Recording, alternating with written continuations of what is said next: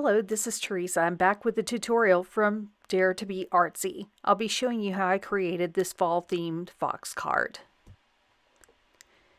So to get started, I'm going to describe the technique I'm using first. I'm going to be using a mirror image stamping technique because the actual stamp set only has one fox in it and is facing one direction. I wanted to create two foxes facing each other, so I'm going to show you how I did this mirror image technique.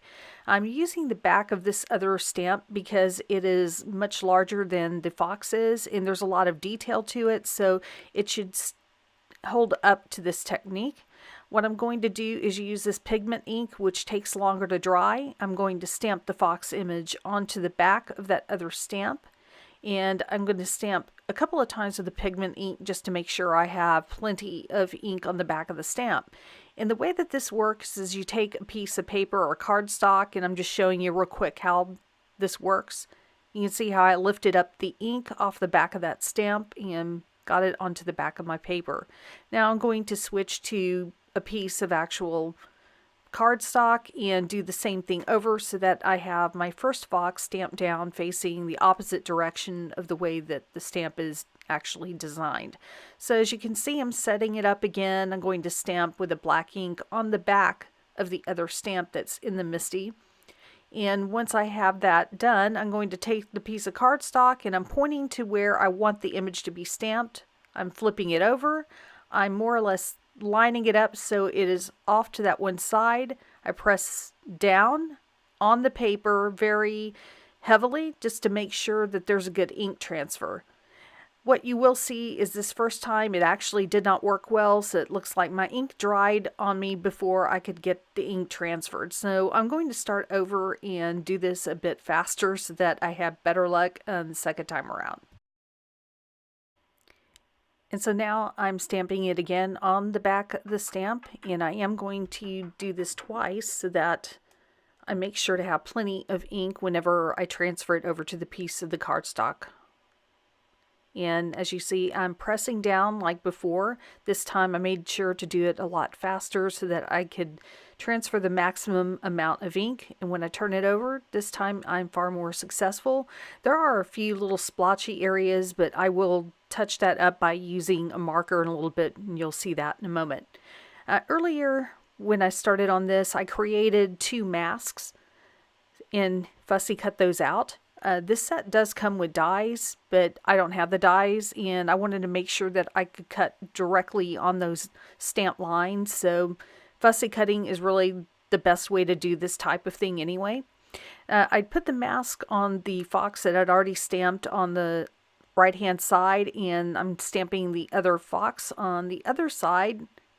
And when I pull up the mask, it'll look like the one on the left is actually slightly in front. No, I'm sorry. The one on the right will look like it's in front of the one I stamped on the left. So now they make a cute little pair, and I'm going to take this Memento black marker and touch up some of these lines that didn't quite stamp dark enough. It was pretty minor, so I felt it wouldn't be a big issue at all just to go over it with this pen. And I'm going to be using a watercolor medium to color the foxes, as you'll see shortly, and this is something that you can use, and once it's dry it is water resistant. And for my coloring medium, I'm using my Zig Real Clean Color Brush markers. I'm using two colors on the fox. I'm using a brown and a mid-brown color. The brown color is actually kind of a reddish brown color, which I felt would be perfect for these foxes. And on the face, I'm just coloring with the one color, which is the brown, the reddish brown color. But when I get to the body and the tail, I will switch that up a little bit by varying how much brown to mid-brown that I put down at first, and then use a water brush pen, which is off there to the right, to blend that together and get a different looking coat on each one of them while actually not using a bunch of colors. So sometimes this is kind of my lazy way of coloring when I don't really want to get into a lot of shading detail, but yet have a lot of variation. So as I come around the corner, I really am kind of losing some of the colors, so I'm going to pick the marker back up and color in some more on the opposite side where I had not started doing any watercolor yet. So I'll add some of the brown and mid-brown again, and I am putting that right on top of the other color because I want the two to blend and not be obvious change in color. So I'm using the water brush pen and I'm just drawing back from the end of the tail towards the body. And I'm going to do basically the same kind of technique on the opposite side, but I did do that off camera. And as you can see, once it is dry, they're pretty much the same colors, but they still look not exactly the same. So that was exactly what I was going for. So to create the ground area, I grabbed a couple of the darker green markers in the set, and I'm just basically scribbling on some color on the ground area, and then I'll pick up the water brush pen and just kind of smear that around. So no, there isn't any real technique to this, so it's nothing difficult to do at all. As long as you have, even if you don't have a water brush pen, if you just have a brush and some water, you can just do the same thing I'm doing here. So I want to get that area nice and dry before I add the sky. And as you'll see, I'm not going to be coloring the entire background in. I'm just going to give the impression of a sky by putting the lightest pale blue color that I chose from this palette around the edge of each of the foxes, and then I will use the water brush pen to draw that color out. Initially, I was planning on this being a one-layer clean and simple card, and if that's what you like, then you probably would be perfectly satisfied with the next step I do, which is I stamp a sentiment above the foxes, and that could be the perfect clean and simple card. However, I wanted something a little more interesting, so I took it a few steps further, which you'll see after I complete blending out this water and stamping the sentiment.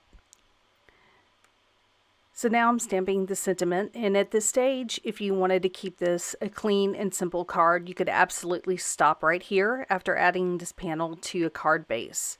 I am, however, going to take a few more steps in order to finish this card. And the first thing I'm going to do is mat it against a piece of black cardstock. I will trim around those edges so that there's only a little bit peeking out. It's roughly about 1/8 of an inch by the time I trim that off.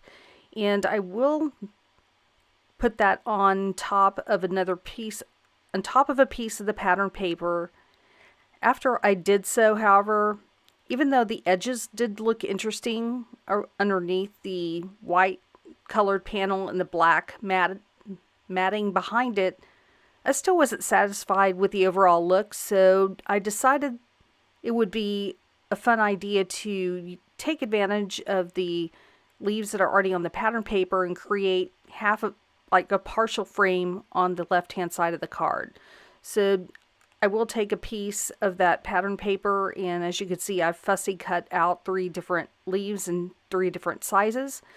The smallest one I will glue at the top edge, and I'm lining up the edge of that leaf to the white cardstock so that the black frame is still showing out to the side. So I didn't want to cover that up. And another thing I'm just being careful of is I chose the size and shape of the leaves carefully so that it would frame around the stamped image I already had there and not cover up any, or at least not much of the fox there on the left hand side. And with that, I was satisfied with the way the card panel looked, and now I'm just adding some liquid glue and I'll pop that onto a white A2 size card base. And I was not done yet. I wanted to decorate the inside as well, and I probably should have done this before gluing on the panel on the outside, but everything worked out fine. With a MISTI, it's not hard to just pop it back in there and stamp the inside if you didn't think to do it before. So I'm just using another sentiment in the same stamp and using the 2 leaves that came in the same set to just make it a little bit more interesting on the inside. And with that, I have a completed card. Thank you so much for watching today. I hope you will give us a thumbs up and subscribe to the channel if you haven't already. And I dare you to be artsy.